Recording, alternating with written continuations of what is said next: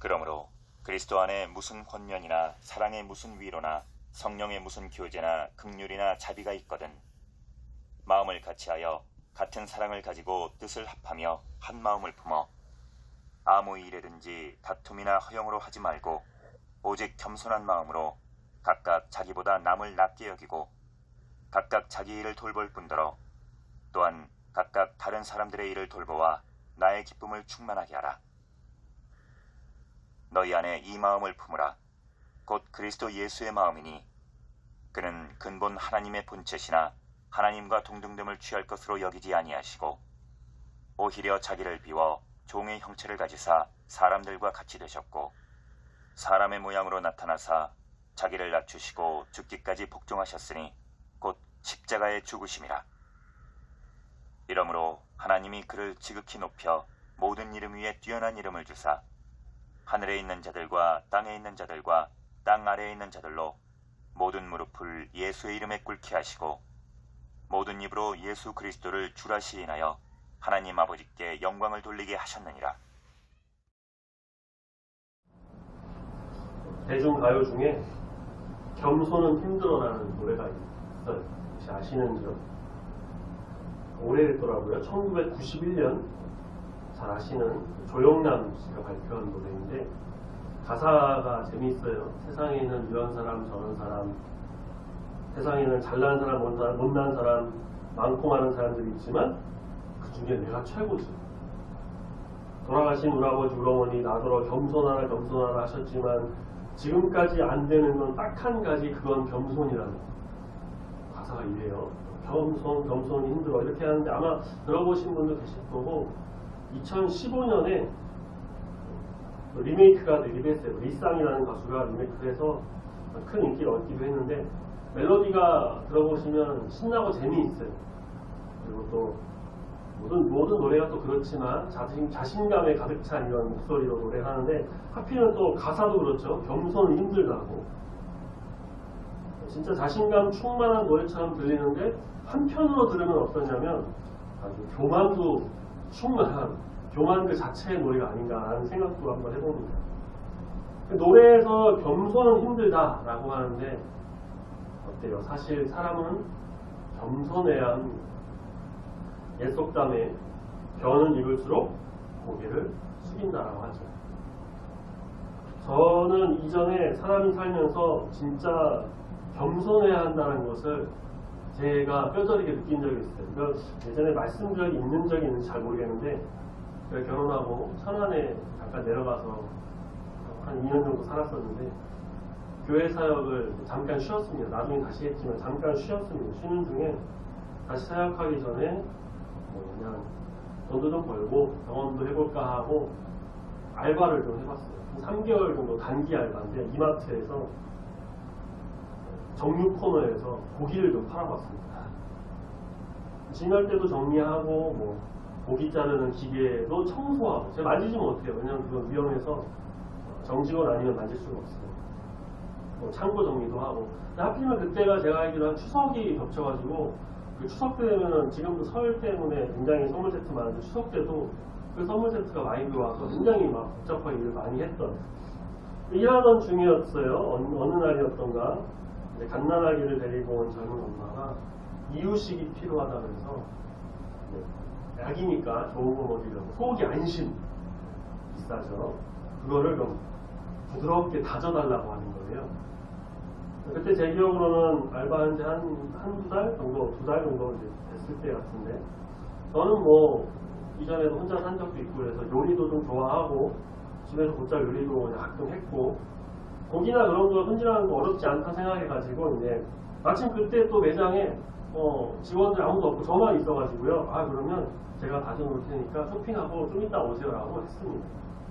장갑을 딱 끼고 목장갑을 끼고 소고기 안심을 뜯어가지고 칼을 들고 잘게 썰기 시작했어요.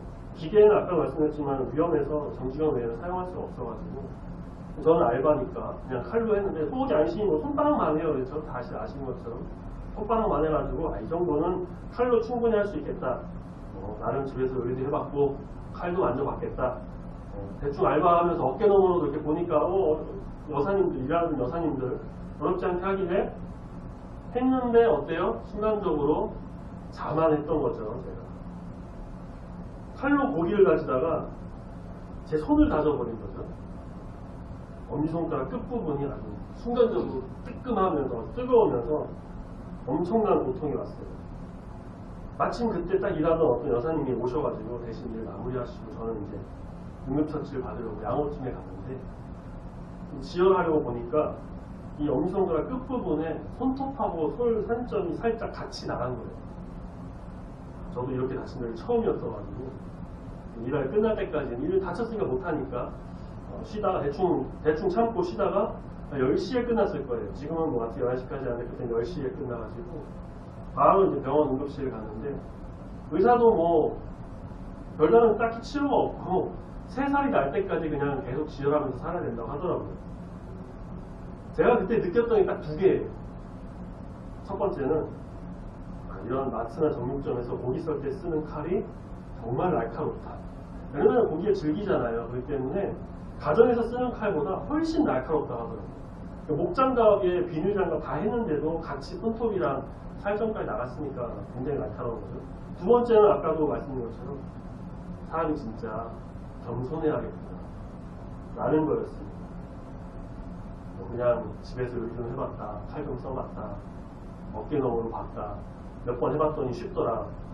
이게 저의 자만과 교만으로 이제 축적이 돼서 어때요? 손님이 요청이 왔을 때 아무렇지 않게 알바 주제에 제가 해드릴게요. 이런 일이 일어나는 거예요. 조금만 내가 겸손했더라.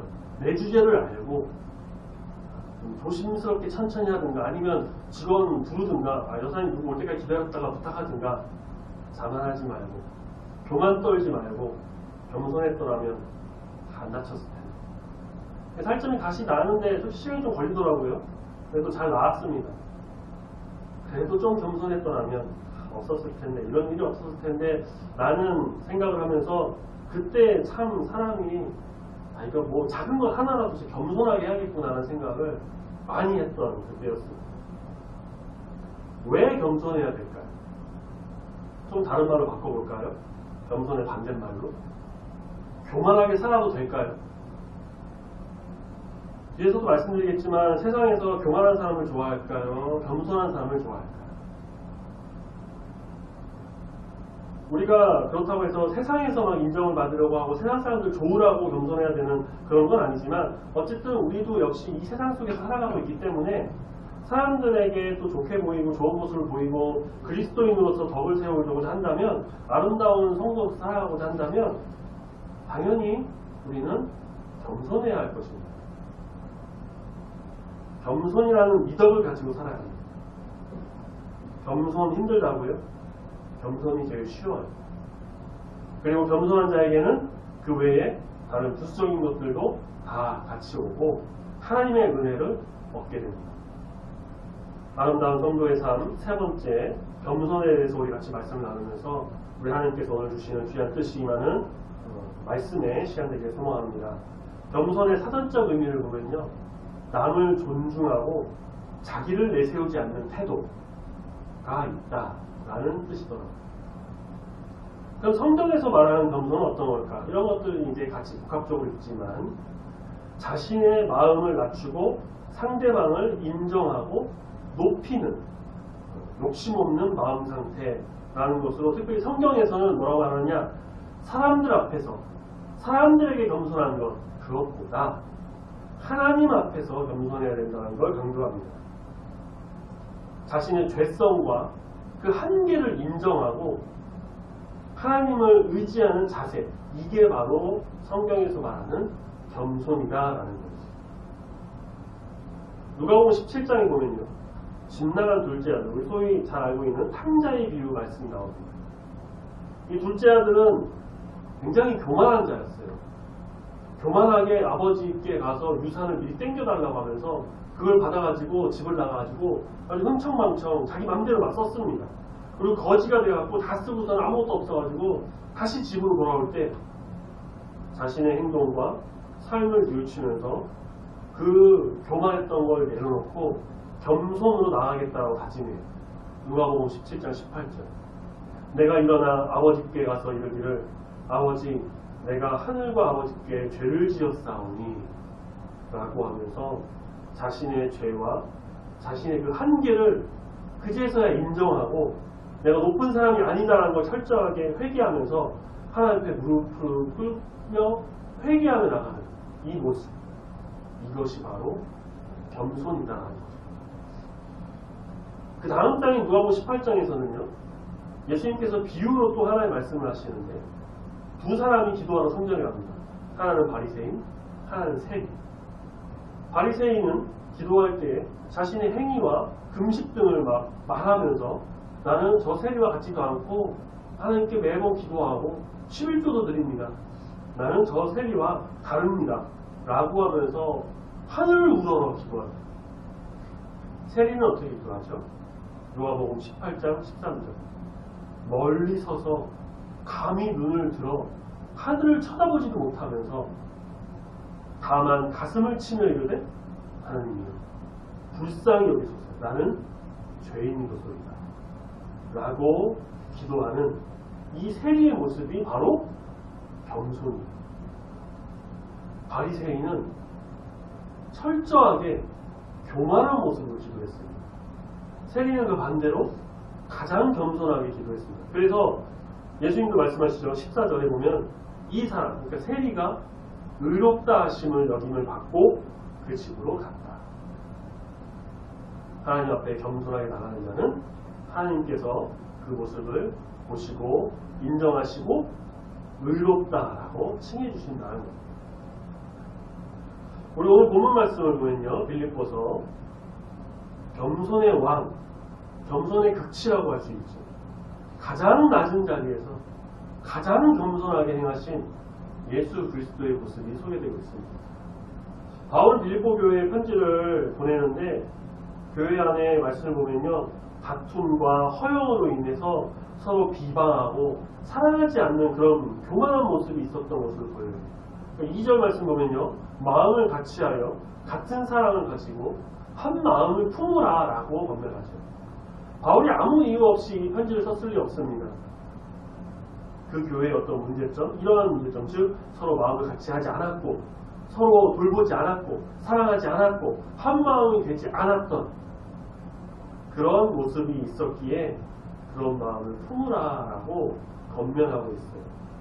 그리고 3절에 오직 겸손한 마음, 자기보다 남을 낮게 여기고, 낮게는 그 지읒 받침의 낮게가 아니라 시옷 받침에 우리가 보는 것처럼 나은 사람으로, 더 나은 사람으로 그렇게 여기라고 하고 있죠. 하나님에게나 사람에게나 겸손해야 한다는 겁니다. 그리고 예수님의 겸손을 말하고 있습니다. 5절 너희 안에 이 마음을 품어라. 곧 그리스도 예수의 마음이나 그 예수의 마음은 어떤 마음이냐? 바로 겸손하신 예수님의 마음입니다. 예수님께서는 태초부터 계셨고 천지를 창조하실 때 그 순간에도 함께 계셨으며 그 근본이 하나님의 본체이시나 모든 영광 받으시기에 마땅하신 분이시나 아버지의 뜻을 따라 하나님과 동등됨을 취할 것을 여기지 아니하시고 자기를 버리고 종의 형체, 인간의 모습, 우리와 똑같은 그 사람의 모습, 죄인의 모습으로 이 땅에 내려오셨어요. 이것을 세 글자로 줄이면 성육신 하셨다. 성육신. 그렇게 사람들과 같이 계셔서 사람의 모양으로 나타나셔서 자기를 정말 낮추고 낮추셔서 십자가에 죽기까지 복종하셨습니다.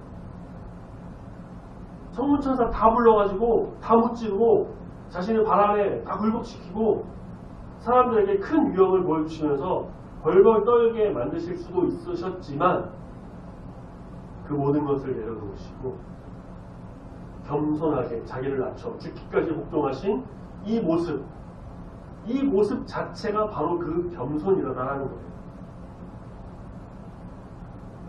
하나님 앞에서 겸손하신 모습이고 사람들 앞에서 겸손하셨던 예수님의 모습입니다. 그리고 우리는 예수 그리스도의 이 마음을 바로 품어야 한다는 겁니다. 2장 5절은 빌립보 교회에게만 말하는 것이 아니에요. 우리에게도 말씀하고 있는 권면입니다. 너희 안에 이 마음을 품어라. 곧 그리스도 예수의 마음, 겸손의 마음을 품으라라는 것입니다. 겸손은 성경 전체를 통틀어서도요, 하나님 백성에게 가장 요구되는 신앙 덕목이라고 할 수 있습니다. 역대하 7장 14절 말씀을 같이 한번 찾아볼까요? 구약성경으로 넘어왔어요. 역대하 7장 14절 하나님께서 솔로몬에게 나타나서 말씀하신 말씀입니다. 구약성경 621페이지 650 역대하 7장 14절 665페이지쯤에 있습니다. 구약성경 664호 665 역대하 7장 14절 이 말씀 같이 한번 하셨으면 한 목소리로 공독해 보겠습니다. 같이 있습니다. 시작. 내 이름으로 일컫는 내 백성이 그들의 악한 길을 떠나 스스로 낮추고 기도하여 내 얼굴을 찾으면 내가 하늘에서 듣고 그들의 죄를 사하고 그들의 땅을 고칠지라. 아멘. 여기 말씀 나오는 스스로 낮추고, 그러니까 예전 개역 한글 성경에서는요 스스로 겸비하고라고 번역하고 있는데요, 겸비라는 말이 스스로를 낮추는 겸손이라는 뜻입니다. 그러니까 즉 하나님의 자녀, 백성, 성도가 악한 길, 이 죄의 길에서 떠나서 스스로를 낮춰서 겸손하게 기도하면서 하나님께 구하면 하나님 그것을 들으시고 그 죄를 사해 주시고 그 땅을 고쳐주시면서 함께 하신다는 그 은혜를 부어주신다는 것입니다. 겸손한 자에게 주시는 복입니다. 겸손한 자에게 주시는 은혜입니다. 하나님 앞에서 겸손하게 나갈 때 하나님께서는 그 사람을 그냥 두지 않으시고 겸손하게 회개하는 자의 죄를 사해 주시고 그 길을 이끌어 주신다는 그 믿음으로 우리 역시 항상 겸손하게 주 앞에 나가는 이 세상 가운데 살아가는 우리 모든 성도님들이 다 되시기를 소망합니다. 아멘. 우리는 세상에서도 사실 겸손해야 돼요. 앞서도 말씀드렸죠. 세상 사람들이 겸손한 사람을 참 좋아해요. 자기가 겸손하지 않음에도 불구하고 그래도 또 겸손한 사람을 좋아합니다. 회사나 여러 곳에서 또 면접을 볼 때 면접자가 자기를 어필하고 자기소개를 하고 그럴 때 경력이나 성격 등등 말할 때에 솔직하고 담백하게 특히 자신감 있게 나가는 게 굉장히 좋은 모습이죠. 그런데 자신감과 자만은 달라요. 자신감은 자기가 조금 부족하더라도 열정, 열심, 그리고 노력하는 모습, 자기가 지금까지 해온 어떤 능력들을 어필하면서 내가 할 수 있다는 것을 보여주는 것이죠. 근데 자만은 뭐예요? 그냥 나 잘났다. 나는 뭐 다 한다. 난 최고다. 난 뛰어난 사람이다. 이거는 그냥 자기 자랑이에요. 자신감 있는 사람은요, 의외로 겸손합니다. 자신의 부족함을 인정할 줄 알아요. 대신 잘하는 것에 대해서는 진짜 강하게 어필하면서요, 자기를 드러낼 줄 압니다. 자만하는 사람, 교만한 사람은요, 겸손이 없죠. 그래서 소위 말하는 선상천하고 유아독존, 뭐든지 난 다 돼, 내가 최고야, 으스대고요. 그런 사람은 나중에 일 시키고 못하면요, 자존심만 세가지고 부족함 인정 못합니다. 어떤 사람을 볼까요? 세상 사람들은 어떤 사람을 좋아하나요? 인터넷에 보면요, 종종 두 개의 선택지를 두고서는 선택해봐라 라는 것이 나오는데요. 하나는 그거예요. 일은 정말 잘하는데 성격 더럽고 겸손하지 않은 사람. 두 번째 또 하나는 일은 되게 못하는데 굉장히 착하고 겸손한 사람. 자, 두 선택지가 있을 때 어떤 사람을 뽑는 게 좋겠느냐? 뭐가 많았을까요?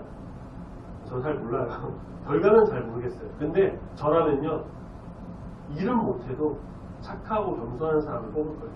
그 사람을 선택할 거예요. 왜 그러냐면 일은 가르치면 돼요. 시간 좀 지나고 힘들어도 일 가르치면 됩니다. 일은 배우고 익히면 돼요.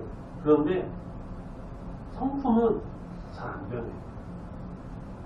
그 마음 바꾸는 거 어렵습니다. 세상 사람들 이렇게 겸손한 사람 좋아하고 선호합니다.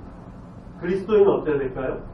더욱 그래야죠. 세상에서 살아가고 있는 우리 성도들은 이러한 모습을 더 보여주는 더 겸손한 사람이 되어야 됩니다. 그리스도인은 더욱 겸손해야 된다. 하나님 앞에 겸손하게 죄인임을 고백하면서 철저하게 낮아지는 것은 물론이고 세상 사람들 앞에서도 그리스도인의 믿어 겸손하구나 라는 것을 보여주는 우리 모두가 되어야 할 것입니다. 오늘 빌립보서 본문에서도요, 바울이 이제 성도들한테 하나님 앞에서 사실 겸손하라고 지적하는 것일까요? 물론 그것도 있겠죠. 그런데 교회 안에 불화와 사랑이 없음과 한마음이 되지 못한 것을 지적함, 또 교회 안에 그 사람을 대할 때에 겸손함이 없이 그 사람들을 대하는 자기 잘난 대로, 자기 마음대로, 자기 하고 싶은 대로, 자기 입맛에 맞게 그렇게 교만하게 나갔던 그들의 모습을 지적하면서 사람들 앞에서 사람에게 겸손해라 라고 하면서 그 겸손의 모범인 그리스도의 겸손을 말하고 있다는 것입니다. 예수님께서 철저하게 자신을 낮추시며 겸손하셨고 겸손하게 이 땅에 오셨습니다. 그리고 제자들에게 그 겸손의 섬김의 본을 보이셨어요. 그 제자들의 발을 닦으시면서. 그런데 그런 예수님의 겸손한 본받아 교회 안에서 정말 겸손이 넘치면서 서로 사랑하면서 남을 나보다 더 나은 사람을 여기면서 그러한 겸손의 성도가 되라 라고 하는 겉면의 모습을 우리가 이 말씀을 통해 볼 수 있다는 것이죠. 하나님 앞에서 겸손한 것은 물론이고요, 교회 안에서, 세상 속에서, 가정 속에서도 우리가 사람에게 겸손하게 나를 낮추고 상대방을 높이고 서로 사랑하면서 서로 겸손하게 나가는 그런 모습이 되어야 할 것입니다. 이것이 바로 아름다운 성도로서의 삶을 살아가는 아름다운 겸손한 자의 모습입니다. 우리는 그렇게 겸손한 정도가 되어야 합니다. 어떻게 겸손한 자가 되어야 될까를 한번 생각해 보면요, 사람이 참 사람의 마음, 성품, 성격을 바꾼다는 게 사실 결코 쉬운 일은 아닙니다. 내가 이 사람의 성격을 정말 개조해가지고 뜯어 고쳐가지고 아주 그냥 그렇게 만들어 버려야지, 그렇게 강조하면서 막 쇠뇌시키고 막 그렇게 하는 게 될지는 모르지만 한계는 있어요. 어려워요. 대체로 사람의 기본적인 성격 바꾸기 어렵습니다. 하지만 한계가 없으신 하나님께서 함께 하시고 성령께서 그 마음에 임하시면 가능합니다. 가능해요. 그래서 우리는 겸손한 사람이 되기 위해서 나 자신이 노력하고 겸손하게 생각하고 행동하고 또 사람에게 대하려고 노력함도 필요하지만 무엇이 있어야 될까요? 기도해야죠. 겸손한 마음을 다하고 기도해야 됩니다. 너무 기본적인 것이어서 다 알고 있는데 뭘 또 기도하라고 해? 그런데 의외로 이런 기도하는 사람 별로 없죠. 왜냐하면 나는 겸손하다고 생각하고 있기 때문입니다. 그것부터가 사실상 무만이지 않을까 싶어요. 나는 내가 스스로 겸손해. 그러니 나는 하나님께 겸손한 마음을 달라고 기도할 필요가 없어. 아니요. 기도해야 합니다.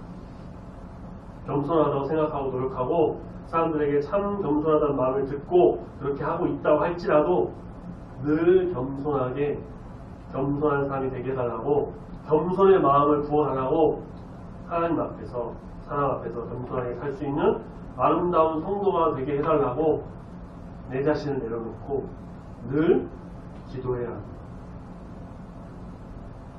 시편 147편 6절, 여호와께서는 겸손한 자들을 붙들어 주십니다.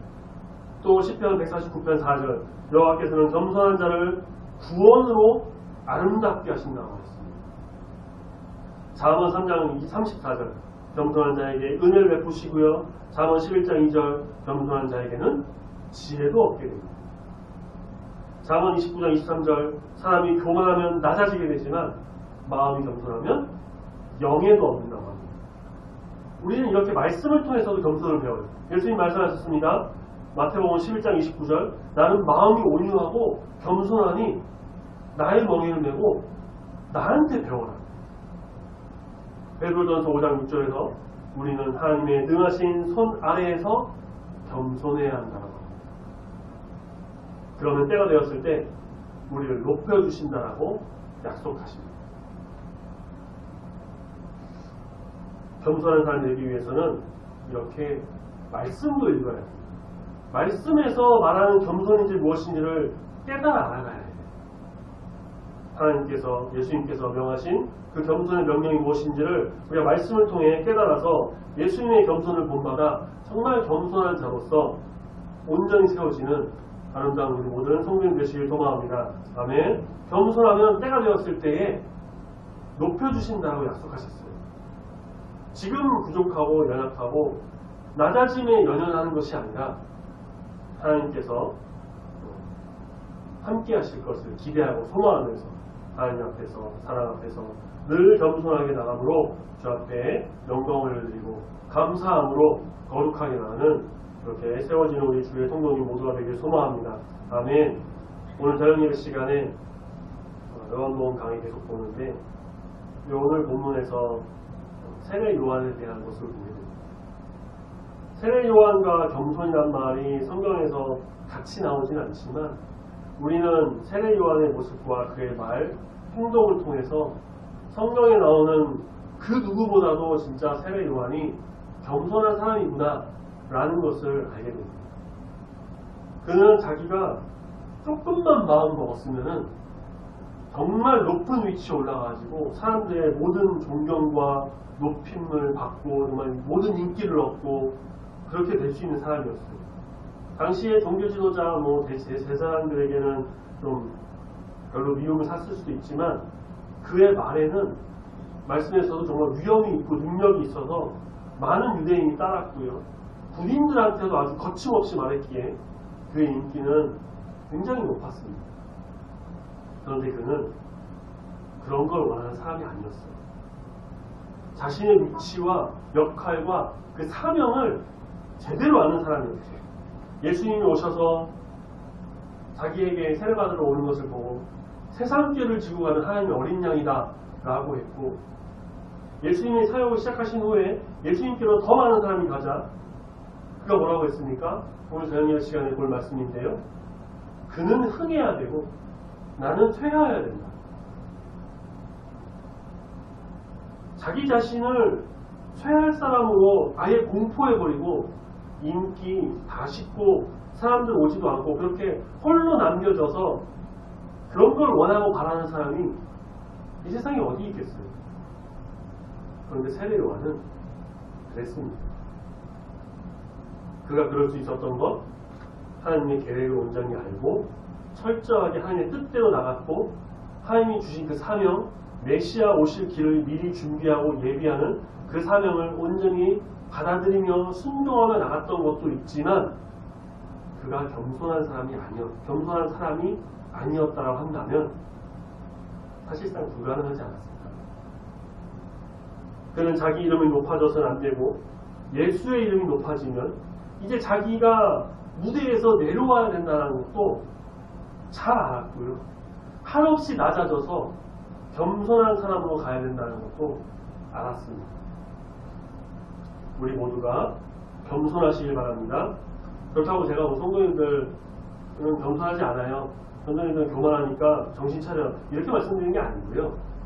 지금까지 겸손하게 하나님을 섬기면서 성도로 사셨는데 앞으로 더욱 더 하나님 앞에서 겸손하게 죄인임을 인정하고 나의 죄성과 한계를 고백하고 주 앞에 정말 다 내려놓고 겸손하게 무릎 꿇고 자복한 심령으로 기도하면서 온전히 나가는 아름다운 우리 모든 성도님 되시길 소망합니다. 아멘. 또한 우리는 사람 앞에서도 겸손해야 된다는 거예요. 특히 그리스도인은 더욱 그래야 된다. 조금 손해보고 조금 억울할 수도 있어도 겸손하면 사람들이 알아주고 인정합니다. 그리고 부족한 것은 하나님께서 채워주십니다. 하나님이 갚아주실 겁니다. 우리는 세상에서 아름다운 성도로서의 그 모습을 보여야 됩니다. 겸손한 사람으로서 정말 사람들을 대하고 그리스도의 덕을 세우고 그래서 그리스도의 향기를 온전히 날려 아름다운 주님의 뜻을 세워나가는 여기 우리 모든 중국의 성도님들이 다 되시기를 예수님의 이름으로 축원합니다. 아멘. 기도하겠습니다.